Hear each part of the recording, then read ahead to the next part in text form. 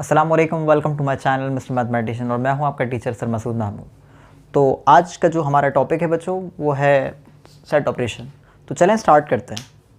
जैसे कि यहाँ आपको सेट ऑपरेशन लिखा हुआ दिख रहा है और सेट ऑपरेशन आपके पास बहुत सारे हैं। मैं आपको अभी इंशाल्लाह पढ़ाऊंगा तो आपको पता चलेगा कि कौन कौन से आपके पास सेट ऑपरेशन हैं। उनमें हमारे पास पहला सेट ऑपरेशन है जिसको हम यूनियन के नाम से जानते हैं। यूनियन की सिंपल मीनिंग है अरेंजमेंट। आपके पास अगर सेट्स के अंदर एलिमेंट्स होंगे, आपने उनको Hey there. Subscribe to my channel. And also press this bell icon. So you never miss any new updates, cause whenever we upload new video you will get a notification on your phone.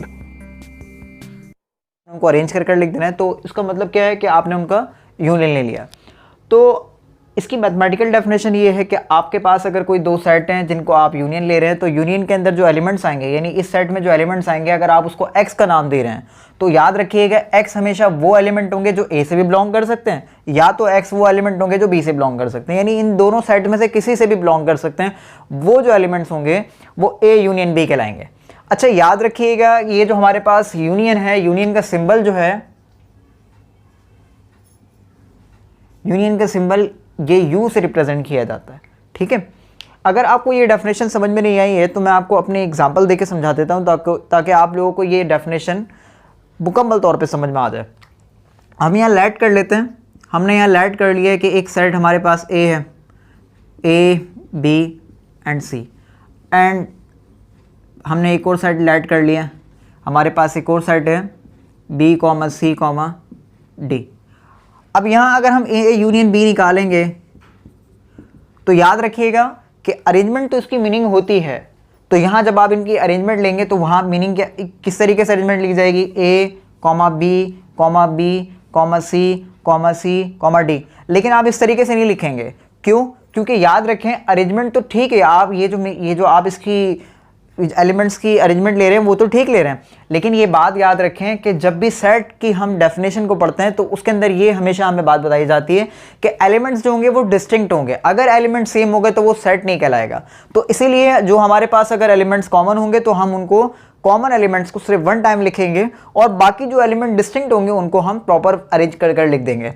तो जैसे कि हमारे पास पहला element ए है तो यहाँ हम अगर ए लिखेंगे देन बी कॉमन है तो इसलिए हम वन टाइम लिख देंगे, सी कॉमन है तो हम यहाँ वन टाइम लिख देंगे, और डी हमारे पास ऐसे कैसे लिख दिया जाएगा। ये हमारे सेट दोनों सेट्स के एलिमेंट्स के अरेंजमेंट है और इस अरेंजमेंट को हम दोनों सेट्स का यूनियन कहते हैं। बात आ गई समझ में? अगर इससे भी बात समझ में नहीं आई तो वेन डायग्राम के जरिए मैं आपको अपनी बात समझा देता हूँ। देखिए वेन डायग्राम में क्या है कि आपके पास दो सेट हैं। याद रखेंगे जो रेक्टेंगुलर बॉक्स है ये हमेशा यूनिवर्सल सेट को रिप्रेजेंट करता है।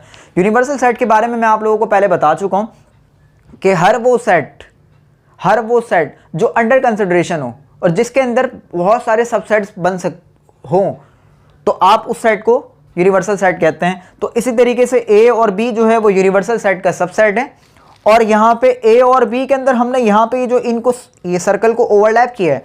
ये वो पोर्शन है जो कॉमन एलिमेंट्स हैं। हो सकता है कि कॉमन एलिमेंट्स हो सकता है कि नहीं हो। यहाँ हमारे पास कॉमन एलिमेंट्स है, अगर यहाँ हम इनको देखें तो इसलिए हमने ओवरलैप कर दिया।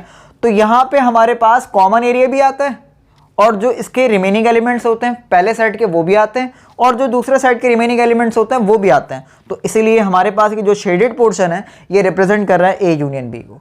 ठीक है, बात समझ में आ गई? इसके बाद हम मूव करते हैं सेकंड हमारा जो सेट ऑपरेशन है उसकी तरफ।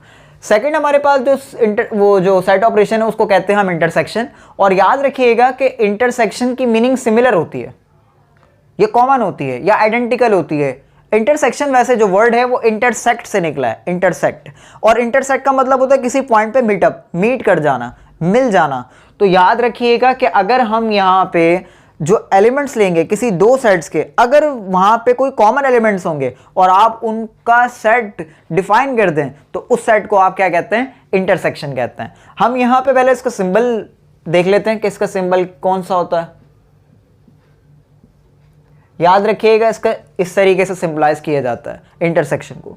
अब इसकी मैथमेटिकल डेफिनेशन देख लेते हैं। यहाँ हमारे पास अगर दो सेट का हम इंटरसेक्शन लेना चाह रहे हैं और x जो है वो इस a इंटरसेक्शन b का एलिमेंट है, तो याद रखिएगा x जो होगा यानी वो जो एलिमेंट होगा वो या तो बिलोंग करेगा a से और इसी के साथ साथ वो बिलोंग करना चाहिए बी से। अगर तो सिर्फ ए से बिलोंग कर रहा है, बी से बिलोंग नहीं कर रहा, तो वो इस सेट का एलिमेंट नहीं होगा। अगर तो वो बी से बिलोंग कर रहा है और ए से बिलोंग नहीं कर रहा है, तब भी वो इस सेट का एलिमेंट नहीं होगा, क्योंकि मैंने आपको बताया इंटरसेक्शन का मतलब है कॉमन, सिमिलर, आइडेंटिकल, ये बाकी सारी जो मीनिंग मैंने आपको बताई है। तो इसी तरीके से दोनों सेट के अंदर अगर कॉमन होगा तो ही वो इस सेट का मेंबर होगा। ठीक है, अब हम इसकी एक एग्जांपल ले लेते हैं। हमने यहां सपोज कर लिया एक हमारे पास सेट है 1,2 एंड बी हमारे पास सेट है 2,3। और अगर हम इनका ए इंटरसेक्शन बी लेंगे तो स्टूडेंट्स देखें यहाँ पे कॉमन एलिमेंट्स कौन सा है, सिर्फ और सिर्फ कॉमन एलिमेंट 2 है। तो आप यहाँ पे इस 2 को as a A intersection B लिख देंगे। हम एक और एग्जांपल ले लेते हैं। बाज़ दफ़ा ऐसा भी होता है कि हमारे पास जो दो सेट्स हों, अगर हम यहाँ ले लें 1,2 एंड हम एक और सेट ले लें 3,4, तो याद रखें इनमें कोई कॉमन नहीं है। जब कोई कॉमन नहीं है तो इसका इंटरसेक्शन क्या आएगा,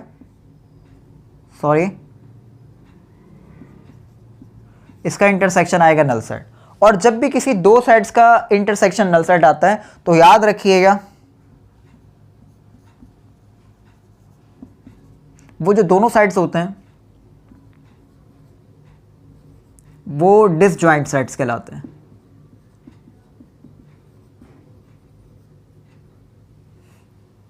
यानी ये ए और बी जो है हमारे पास डिसजॉइंट सेट हैं। डिसजॉइंट क्यों है, क्योंकि यहां पे इन दोनों सेट्स के अंदर कोई एलिमेंट कॉमन नहीं है, इसीलिए आप इन दोनों सेट्स को डिसजॉइंट सेट कहते हैं। अब हम इसकी वेन डायग्राम के जरिए भी इसको समझने की कोशिश करते हैं। देखिए, क्योंकि मैंने आप लोगों को बताया कॉमन एरिया जो होता है, कॉमन एरिया वो ही सिर्फ और सिर्फ हमारा रिजल्ट होता है। तो याद रखें हमारे पास जिस तरीके से मैंने बताया रेक्टेंगुलर बॉक्स जो है वो यूनिवर्सल सेट को रिप्रेजेंट करता है। ए और बी इस यूनिवर्सल सेट के सबसेट्स हैं। हमारे पास इन दोनों सेट्स के अंदर कॉमन एरिया ये है, तो ये जो कॉमन एरिया है जिसको मैंने शेडेड कर दिया है, यही किसको रिप्रेजेंट कर रहा है स्टूडेंट्स, ए इंटरसेक्शन बी को। ठीक है, बात समझ में आ गई? आप लोग कॉपी कर लें, देन फिर हम नेक्स्ट ऑपरेटर की तरफ मूव करते हैं। जी, तो स्टूडेंट्स हम पढ़ रहे थे सेट ऑपरेशंस, तो उसके अंदर हम जो है अब प्रॉपर्टीज ऑफ पहले यूनियन और इंटरसेक्शन पढ़ लेते हैं, देन हम अपने नेक्स्ट ऑपरेटर की तरफ मूव करते हैं। तो देखें हमारे पास जो प्रॉपर्टीज़ हैं यूनियन की, उससे पहले हम सेट को डिफाइन कर लेते हैं कि ए, बी और सी जो है हमारे पास तीन स्टूडेंट्स सेट्स हैं, कोई भी हमने सपोज कर लिए हैं, और ये जो कैपिटल यू है ये यूनिवर्सल सेट को रिप्रेजेंट कर रहा है। तो ये देखें अगर आप यूनियन लेंगे किसी भी सेट का उसी सेट के साथ, तो याद रखें वही सेट रिपीट हो जाएगा। उसके पीछे रीज़न क्या है, क्योंकि देखें आपके पास जो एलिमेंट्स हैं फर्स्ट सेट के अंदर दूसरे सेट में भी वही हैं, और मैंने आपको बताया था कॉमन एलिमेंट कभी भी आप नहीं लिखेंगे, रिपीट नहीं करेंगे एलिमेंट्स को, क्योंकि सेट के डेफिनेशन पे भी आपको कंप्लीट फुलफिल करना है। तो इसीलिए आपके पास जो सेट होगा वो ए ही रिपीट हो जाएगा। ठीक है, सेकंड जो आपके पास प्रॉपर्टी है उसको आप कॉम्यूटेटिव लॉ कहते हैं। कॉम्यूटेटिव लॉ क्या कहता है कि अगर आप दो सेट का यूनियन लें और यूनियन लेने के बाद उनकी पोजीशंस को इंटरचेंज कर दें, देन फिर आप रिजल्ट चेक करें, तो देखें तब भी आपका जो रिजल्ट आएगा वो सेम ही आएगा। तो इस प्रॉपर्टी को कॉम्यूटेटिव लॉ कहते हैं। उसके बाद है हमारे पास एक तीसरी प्रॉपर्टी जिसको हम एसोसिएटिव लॉ कहते हैं। एसोसिएटिव लॉ ये कहता है कि आपके पास अगर दो या दो से ज़्यादा सेट्स हैं, यानी तीन सेट्स हैं, और आप उनके ग्रुप्स को डिफरेंट ग्रुप्स करके अगर आप सॉल्व करेंगे तो भी रिजल्ट पे कोई इफेक्ट नहीं पड़ता। यानी कि अगर आपने पहले बी यूनियन सी लिया, देन जो रिजल्ट आया उसके साथ आपने ए के साथ यूनियन ले लिया उसका, और यहाँ पे आपने ए और बी का यूनियन लिया, जो रिजल्ट आया सी के साथ आपने यूनियन ले लिया, तो याद रखिएगा स्टूडेंट्स दोनों के सेट्स के जो रिजल्ट आएंगे वो इक्वल ही आएंगे। तो इस प्रॉपर्टी को हम एसोसिएटिव प्रॉपर्टी कहते हैं। इसके बाद है हमारे पास डिस्ट्रीब्यूटिव प्रॉपर्टी कि ये जो ए है ये बी इंटरसेक्शन सी के साथ डिस्ट्रीब्यूट हो रहा है, तो इसका नाम है अच्छा distributive law of union over intersection. क्यों? क्योंकि इंटरसेक्शन के ऊपर आ रहा है और ये यूनियन की प्रॉपर्टी है डिस्ट्रीब्यूटिव। तो इस तरीके से आप सॉल्व कर लें या इस तरीके से सॉल्व कर लें, बात एक ही है।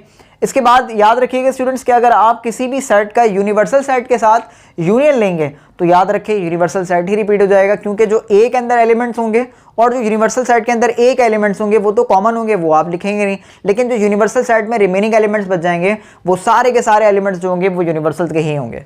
ठीक है, अब बात कर लेते हैं कि अगर आप ए का यूनियन लेंगे किसी भी नल सेट के साथ यानी फाई के साथ, तो याद रखें क्योंकि इसके अंदर तो कोई एलिमेंट ही नहीं है तो सिर्फ और सिर्फ इसके एलिमेंट आ जाएंगे।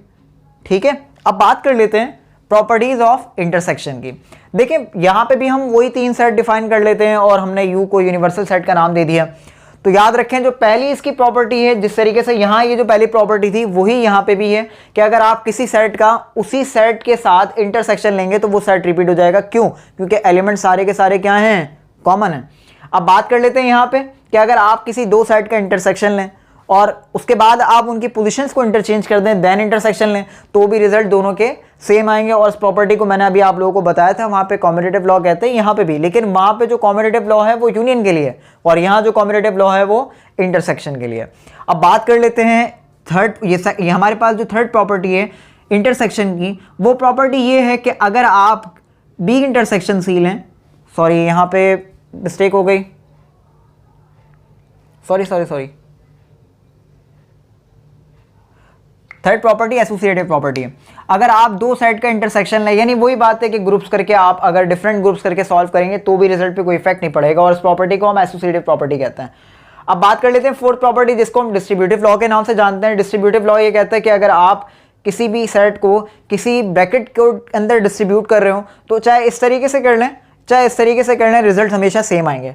अब बात कर लेते हैं कि अगर आप किसी सेट को यूनिवर्सल सेट के साथ इंटरसेक्शन लेंगे तो याद रखें यूनिवर्सल सेट के अंदर और सेट के अंदर एलिमेंट्स जो होंगे वो ए के ही कॉमन होंगे, इसलिए रिजल्ट जो आएगा वो ए आएगा। अब अगर आप किसी सेट का नल सेट के साथ क्या बोलते हैं इंटरसेक्शन लेंगे तो नल सेट के अंदर तो कोई एलिमेंट नहीं है। जब नल सेट में कोई एलिमेंट नहीं है तो उसका मतलब यहाँ पे इंटरसेक्शन क्या आएगा? वो नल सेट ही आएगा। ठीक है, बात समझ में आ गई है? तो आप इसको भी कॉपी कर लें, देन हम नेक्स्ट सेट की तरफ मूव करते हैं, ऑपरेटर की तरफ। जी, तो स्टूडेंट्स आपने कॉपी कर लिया है। अब जो हमारा नेक्स्ट ऑपरेटर है उसको हम डिफरेंस के नाम से जानते हैं। तो चलें आए स्टार्ट करते हैं। डिफरेंस के पहले मैं आपको सिंबल बता दूं। डिफरेंस के सिंबल 2 होते हैं, एक तो ये माइनस से भी रिप्रेजेंट किया जाता है डिफरेंस को, एंड स्लैश से भी रिप्रेजेंट किया जाता है। कुछ बुक्स में स्लैश से रिप्रेजेंट करते हैं और कुछ बुक्स में जो है माइनस से रिप्रेजेंट करते हैं। अगर आपने 2 साइड का डिफरेंस लेना है स्टूडेंट्स तो याद रखिएगा कि अगर x, वो जो x है वो एलिमेंट है अगर इस सेट का, तो वो तब होगा कि जब x जो है वो a से तो बिलोंग करे लेकिन x जो है वो b से बिलोंग ना करे। यानी x के जितने x जो होंगे जो इस सेट के एलिमेंट होंगे वो सिर्फ a से बिलोंग करेंगे, b से बिलोंग नहीं करेंगे। ठीक है, अब यहाँ हम एग्जाम्पल लेके अपनी बात को समझ लेते हैं। अच्छा, उससे पहले मैं आपको बताऊं कि इसको रीड किस तरीके से करते हैं। इसको करते हैं read difference of b from a, इस तरीके से इसको रीड किया जाता है। अब एग्जाम्पल ले लेते हैं हम। एग्जाम्पल अगर हमारे पास कोई हमने 2 साइड कंसिडर कर लिए, let a is equals to 1,2 and b is equals to 2,3। तो स्टूडेंट्स अगर आपने a माइनस बी निकालना है तो a माइनस बी निकालने के लिए आप क्या करेंगे, पहले सेट को डिफाइन करना है 1,2, पहले हमने यानी a लिखा हुआ है इसलिए a का सेट लिख दिया, देन माइनस से माइनस लिख दिया, देन b है b का सेट लिख देंगे अब हम 2,3। अगर यहाँ हम इन दोनों का डिफरेंस निकालेंगे यानी a और b का, तो जो कॉमन एलिमेंट्स होते हैं पहले उनको कैंसिल कर दिया जाता है। फिर जो फर्स्ट सेट में एलिमेंट्स होते हैं, सिर्फ रिमेनिंग एलिमेंट जो फर्स्ट सेट में होंगे हम उनको अपने रिजल्ट में लिखेंगे। सेकंड सेट में चाहे सारे एलिमेंट क्यों ना बचे हों, आप उसको इग्नोर कर देंगे, सिर्फ फर्स्ट सेट के एलिमेंट्स को लिखेंगे। तो अगर हम यहाँ देखें अपने रिजल्ट के अंदर जब हम लिखेंगे a माइनस बी स्टूडेंट्स, तो कैसा आ जाएगा हमारे पास, जस्ट 1 आ जाएगा।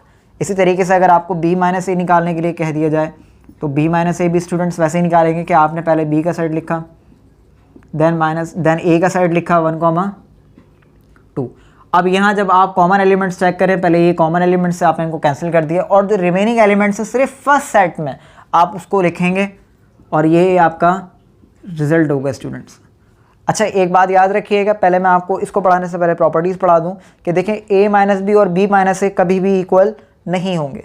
ठीक है, ये एक पहली प्रॉपर्टी है। आप चाहें तो इसको मैंने आपको प्रूफ भी कर दिखा दिया है कि हमने यहाँ 2 सेट लिए, उनको हमने a माइनस बी फाइंड किया पहले, देन b माइनस ए फाइंड किया, लेकिन उनका रिजल्ट जो आ रहा था वो नॉट इक्वल आ रहा था। तो फर्स्ट प्रॉपर्टी तो सेटिस्फाई हो गई। अच्छा, एक बात याद रखिएगा, हम जितने भी प्रॉपर्टीज़ पढ़ रहे हैं उनको आइंदा आने वाले लेक्चर के अंदर हम सेटिस्फाई वेरीफाई ज़रूर करेंगे, हम उनकी वेरिफिकेशन ज़रूर चेक करेंगे। लेकिन अभी जो है हम सिर्फ और सिर्फ इनके कॉन्सेप्ट्स को ले रहे हैं क्योंकि कॉन्सेप्ट इज़ पावर। अब डायग्राम के यानी वेन डायग्राम से भी इसको समझने की कोशिश करते हैं। देखें हमारे पास जो कॉमन एरिया होता है वो भी हमारे सेट में इंक्लूड नहीं होगा, सिर्फ और सिर्फ जो अनकॉमन एरिया होगा फर्स्ट सेट का वो आप a माइनस बी के अंदर रिप्रेजेंट करते हैं अपने रिजल्ट के फॉर्म में। ठीक है, तो यहाँ हमारा ये जो a माइनस बी ये डिफरेंस का टॉपिक था, ये कंप्लीट हुआ। अच्छा a माइनस बी याद रखिएगा, अगर आपको a माइनस बी फाइंड करना हो तो ये आप इस तरीके से भी कर सकते हैं कि दोनों सेट का इंटरसेक्शन लें और फिर जो पहले सेट लिखा हुआ है आप उसको पहले सेट में से माइनस कर दें। अगर आपके पास b माइनस ए है तो आप पहले b और a का इंटरसेक्शन लेंगे और जो फर्स्ट सेट b है तो b में से आप a इंटरसेक्शन b को माइनस कर देंगे। तो ये इंशाल्लाह प्रॉपर्टीज़ में आपको वेरिफिकेशन करवाऊंगा, लेकिन अभी जस्ट हम कॉन्सेप्ट ले रहे हैं। इसके बाद बात कर लेते हैं, हमारे पास एक और टॉपिक है जिसका नाम है सिमेट्रिक डिफरेंस। अच्छा, सिमेट्रिक डिफरेंस को हम एक और नाम से जानते हैं, इसको कहते हैं डिसजक्टिव सेट।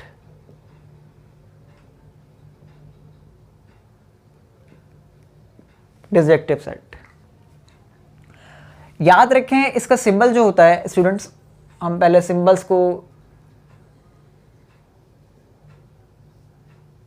इसका सिंबल बुक के अंदर डेल्टा भी होता है और ये इस तरीके से भी सिंबल होता है। याद रखें इस सिंबल का नाम होता है, जैसे इस सिंबल का नाम होता है डेल्टा, इस सिंबल का नाम होता है एक्सक्लूसिव और। याद रखें जब आप डिस्क्रीट मैथमेटिक्स पढ़ेंगे, जो मैथमेटिक्स की ब्रांच है, तो आपको ये बहुत उस वक्त काम आएगा। तो इसीलिए याद रखें ये जो कॉन्सेप्ट्स हैं ये छोटे कॉन्सेप्ट्स नहीं हैं, ये आप समझ रहे हैं कि ये तो मामूली से कॉन्सेप्ट्स हैं, ये सेट थ्योरी है और इसके कॉन्सेप्ट्स बहुत आपके आगे जाके काम आएंगे। जैसे याद रखें जो हम जब बुक्स पढ़ते हैं तो हमारे जो पहला चैप्टर होता है वो हमेशा अक्सर सेट पढ़ाया जाता है। वो इस वजह से पढ़ाया जाता है कि सेट के बाद हमारे पास ग्रुप बनता है, ग्रुप के बाद एबिलियन ग्रुप बनता है, एबिलियन ग्रुप के बाद फिर फील्ड बनता है, फील्ड के बाद फिर रिंग बनता है, देन फिर वेक्टर्स बनता है। तो ये वेक्टर जितने भी हैं आपको पढ़ने में थोड़ी सी प्रॉब्लम होती होगी, आपको प्रॉब्लम नहीं होगी अगर आप सेट के ऊपर अपनी कमांड को स्ट्रॉन्ग कर लेंगे। जैसे मैंने आपको बताया सिमेट्रिक डिफरेंस और डिसजक्टिव सेट भी कहते हैं इसको। तो इनके जो सिंबल्स होते हैं वो डेल्टा भी होते हैं और यहाँ हमारे पास एक्सक्लूसिव और का भी सिंबल यूज़ किया जाता है। तो a डेल b अगर आपने फाइंड करना है तो याद रखिएगा a डेल b के अंदर अगर x यानी a डेल b का अगर एलिमेंट है, यानी सिमेट्रिक डिफरेंस का एलिमेंट है, तो x जो है वो a से भी बिलोंग करेगा और b से भी बिलोंग करेगा। ये x जो होगा वो दोनों से बिलोंग करेगा, लेकिन जो कॉमन एलिमेंट्स होंगे वो ना x से बिलोंग करेंगे और ना ही, यानी जो कॉमन एलिमेंट्स होंगे वो a में चाहे b में, वो आप इंक्लूड इस सेट के अंदर नहीं करेंगे। ये डेफिनेशन ये कहती है। अब हम कुछ एग्जांपल्स ले लेते हैं, एग्जांपल्स लेके अपनी बात को समझने की कोशिश करते हैं कि हमने यहाँ लिखा लेट हमारे पास अगर दो सेट हैं 1,2 एंड एक और सेट है 2,3। अगर आप इनका डेल फाइंड कर रहे हैं a डेल्टा b, तो आपने पहले a का सेट डिफाइन कर दिया 1,2 डेल्टा, b का सेट डिफाइन कर दिया 2,3। अगर आप इनमें जो कॉमन एलिमेंट्स हैं उनको कैंसिल कर दें और जो दोनों साइड्स में रिमेनिंग एलिमेंट्स हैं अगर आप उसको लिखेंगे तो वो आपका सिमेट्रिक डिफरेंस कहलाएगा। ठीक है स्टूडेंट्स, अब अगर आपको ये डेफिनेशन समझ में नहीं आई है तो आप वेन डायग्राम से भी इसको समझने की कोशिश कर सकते हैं। ये देखें u जो है, मैंने आपको पहले भी बताया था कि u जो है वो यूनिवर्सल सेट है और आप उसको रेक्टेंगुलर बॉक्स से रिप्रेजेंट कर रहे हैं और जो a और b हैं वो यूनिवर्सल सेट्स के सबसेट हैं। हमने यहाँ पे दोनों में जो कॉमन एरिया था उसको भी लिख दिया, उसको भी हाईलाइट कर दिया, हमने भी उसको हाईलाइट कर दिया, लेकिन ये शेडेड नहीं है। क्यों शेडेड? इसलिए नहीं है क्योंकि जो कॉमन एलिमेंट्स हैं आप उसको अपने रिजल्ट में इंक्लूड नहीं करते। तो जो a का अनकॉमन एरिया और जो b का अनकॉमन एरिया है आपने सिर्फ उनको शेडेड किया और ये जो शेडेड एरिया है आपका a डेल b को रिप्रेजेंट। इसकी कुछ प्रॉपर्टीज़ हैं कि अगर a डेल b आप फाइंड करें तो वो b डेल a के इक्वल होता है। अगर आपने a डेल b फाइंड करना है तो पहले a माइनस b ले लें, देन b माइनस a ले लें, देन उनका यूनियन ले लें, तो आपके पास रिजल्ट दोनों के सेम आएंगे। आपने a डेल b फाइंड करना है तो a यूनियन b ले लें और a इंटरसेक्शन b ले लें, उसके बाद उनका डिफरेंस ले लें, तो ये रिजल्ट भी सेम आएंगे। तो याद रखें पेपर्स में अक्सर क्वेश्चंस पूछ लिए जाते हैं, तो हम इंशाल्लाह इनको वेरीफाई करेंगे। लेकिन अभी जो हमारा कॉन्सेप्ट, हमारा जो टारगेट है वो है अपने सेट ऑपरेशंस का कॉन्सेप्ट लेना। ठीक है, आप इतने इसको कॉपी करें, देन हम अपने नेक्स्ट ऑपरेटर की तरफ मूव करते हैं।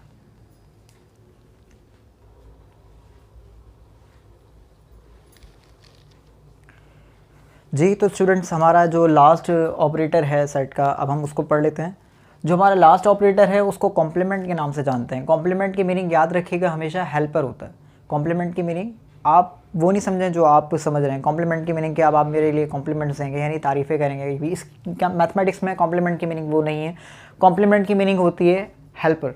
अब किस तरीके से हेल्पर क्या करता है हेल्पर, मैं आपको अभी थोड़ी देर में बताता हूँ। उससे पहले मैं आपको सिम्बलाइज बता देता हूँ कि इसको कितने सिंबल से रिप्रेजेंट किया जाता है। इसके जो सिंबल्स हैं स्टूडेंट्स, अगर आपके पास कोई भी एक सेट है जिसको आप रिप्रेजेंट करना चाह रहे हैं एज अ कॉम्प्लीमेंट, तो आप उसको ए डैश भी कह सकते हैं यानी ए प्राइम भी कह सकते हैं। उसको आप ये स्मॉल सी से भी रिप्रेजेंट कर सकते हैं, और कुछ बुक्स के अंदर आप उसके ऊपर अगर बार बना देंगे तो वो भी एज अ कॉम्प्लीमेंट को रिप्रेजेंट करता है। अच्छा, अब हेल्पर के बारे में बता रहा था मैं आपको। देखें, इस सेट के लिए जब भी आपको कॉम्प्लीमेंट फाइंड करना होगा किसी भी सेट का, तो आपको उसके लिए एक तो उस सेट की नीड होगी जिसका आप कॉम्प्लीमेंट फाइंड कर रहे हैं, और दूसरा आपको यूनिवर्सल सेट की नीड होगी। तो यूनिवर्सल सेट भी आप यहाँ डिफाइन कर लें।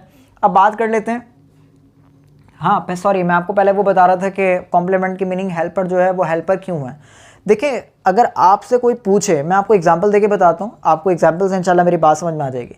आपसे अगर कोई पूछे कि आपकी फैमिली में से आपको हटा के कितने मेंबर्स रह जाएंगे या कौन कौन रह जाएगा, तो आप बता सकते हैं नहीं बता सकते हैं?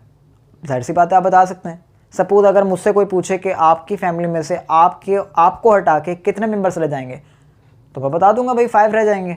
तो उनको बताने वाला कौन है? मैं खुद हूँ। तो इसीलिए मैं क्या कहलाऊँगा? उसकी बात का कॉम्प्लीमेंट, यानी मैं उसकी हेल्प कर रहा हूँ, उसके काम के अंदर मैं उसकी हेल्प कर रहा हूँ। तो इसी तरीके से कॉम्प्लीमेंट जो है जब भी किसी सेट का लिया जाता है तो वो सेट एज अ हेल्प कर रहा होता है। वो ये बता रहा होता है कि मुझे यूनिवर्सल सेट में से निकालने के बाद रिमेनिंग ये एलिमेंट्स रह जाएंगे। ठीक है, बात समझ में आ गई। अब हम इसकी कुछ एग्जांपल्स ले लेते हैं। अच्छा, पहले इसकी डेफिनेशन देख लेते हैं। डेफिनेशन में ये कहते हैं कि x यानी अगर कॉम्प्लीमेंट का एलिमेंट होगा तो वो हमेशा याद रखें यूनिवर्सल सेट से तो बिलोंग करेगा, लेकिन वो ए सेट से बिलोंग नहीं करेगा। अगर यहाँ बी कॉम्प्लीमेंट की बात करेंगे तो वो यूनिवर्सल से तो बिलोंग करेगा लेकिन बी सेट से बिलोंग नहीं करेगा। यानी जिसका कॉम्प्लीमेंट लेंगे वो उस सेट से बिलोंग नहीं करेगा, यूनिवर्सल से लाजमी बिलोंग करेगा। इसको आप सिंपल मीनिंग में ऐसे भी लिख सकते हैं कि अगर आपको ए कॉम्प्लीमेंट लेना है तो U minus A, B complement लेना है B U minus B, C complement लेना है U minus C, D complement लेना है U minus D, marker complement लेना है तो यू माइनस मार्कर, क्योंकि मार्कर भी अगर यूनिवर्सल सेट का अगर आपके पास क्या है सबसेट है, तो आप उस मार्कर को निकालने के बाद जो रिमेनिंग एलिमेंट्स बचेंगे आप उसको एज अ कॉम्प्लीमेंट कहेंगे। ठीक है, अब इसकी कुछ एग्जांपल्स ले लेते हैं। मैथमेटिकल एग्जांपल्स जो होती हैं हमारे पास, हमने यहाँ कह दिया कि हमारे पास एक सेट है ए, उसके बाद उसके अंदर हमारे पास जो एलिमेंट्स हैं वो 1,2 हैं, एंड और जो हमारे पास यूनिवर्सल सेट है हमने उसको डिफाइन कर लिया 1 2 3 4 एंड 5। अब जब हम इसका डिफरेंस लेंगे यानी कॉम्प्लीमेंट लेंगे तो यूनिवर्सल माइनस ए, यूनिवर्सल माइनस ए का मतलब क्या है कि आपके पास 1 2 3 4 5 में से 1 और 2 को आप कैंसिल कर देंगे तो आपके पास जो रिमेनिंग एलिमेंट्स होंगे वो कौन कौन से होंगे? 3 4 एंड 5। ठीक है, बात समझ में आ गई। इसको वेन डायग्राम से भी समझ लेते हैं कि अगर ए जो है वो यूनिवर्सल सेट का सबसेट है, तो अगर आप ए का कॉम्प्लीमेंट लेना चाह रहे हैं तो कॉम्प्लीमेंट क्या कहता है कि यूनिवर्सल में से आप मुझे निकाल दें तो जो रिमेनिंग एलिमेंट्स होंगे आपके पास या जो रिमेनिंग पोर्शन होगा, जो रिमेनिंग सेक्टर होगा, वो आपका एज अ रिजल्ट होगा। अच्छा, इसकी कुछ प्रॉपर्टीज़ हैं, ये तो मुझे पता है आप लोगों को क्लियर हो गया होगा। अब इसकी कुछ प्रॉपर्टीज़ हैं वो देख लेते हैं। देखें, अगर आप किसी एलिमेंट के कॉम्प्लीमेंट का, किसी सेट के कॉम्प्लीमेंट का कॉम्प्लीमेंट लेंगे तो वो सेट दोबारा रिपीट हो जाता है। जैसे अगर आपने कहा इस सेट में से कि आप मुझे बताएं कि आप अगर इसका कॉम्प्लीमेंट लेंगे तो ये जो रिमेनिंग पोर्शन है वो आपका क्या कहलाएगा? वो आपका कॉम्प्लीमेंट कहलाएगा। अब इसी का दोबारा कॉम्प्लीमेंट लेंगे तो इसको छोड़ के फिर ये रह जाएगा यूनिवर्सल में, तो ये आपका सेट दोबारा रिपीट हो जाएगा इस तरीके से। अब इसकी बात कर लेते हैं कि अगर आप किसी सेट का कॉम्प्लीमेंट लें और उसका यूनियन ले लें किसी भी सेट के साथ, तो देखें ये कॉम्प्लीमेंट का सेट तो ये हो गया और ए का सेट तो ये हो गया, इन दोनों का यूनियन लेंगे तो ये पूरा क्या हो जाएगा? यू हो जाएगा। तो देखें यू यूनिवर्सल आ जाएगा।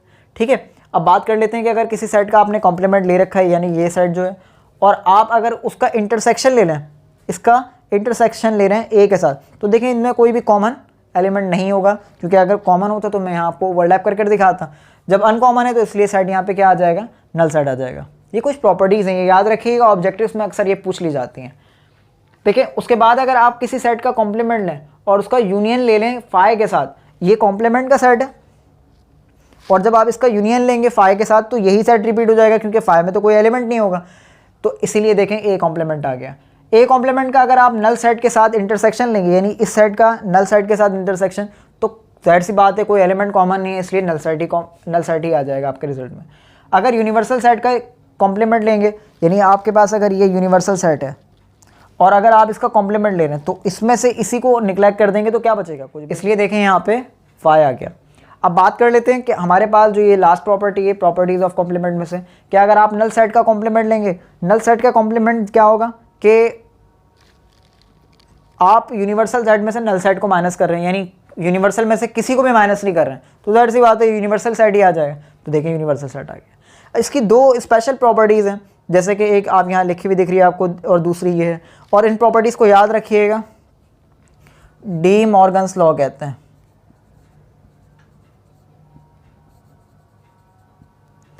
आप बोलेंगे यहाँ तो यूनियन भी है इंटरसेक्शन भी है, तो देखें यूनियन और इंटरसेक्शन कॉम्प्लीमेंट भी है। हम इनको यूनियन और इंटरसेक्शन की प्रॉपर्टीज़ नहीं कह सकते हैं, क्योंकि जो इसमें मेनली कैरेक्टर है वो इंटरसेक्शन कॉम्प्लीमेंट का है, तो इसीलिए हमने इसको कॉम्प्लीमेंट की प्रॉपर्टीज़ में रखना बेहतर समझा। तो इंशाल्लाह हम इनको नेक्स्ट लेक्चर के अंदर जितने भी मैंने आपको प्रॉपर्टीज़ पढ़ाई हैं उनको प्रूफ भी कर दिखाएंगे इंशाल्लाह। आप लोगों को मुझे उम्मीद है कि समझ में आया होगा लेक्चर सेट थ्योरी के जो हमारे टॉपिक हैं सेट ऑपरेशंस। तो इंशाल्लाह नेक्स्ट लेक्चर में मुलाकात होगी।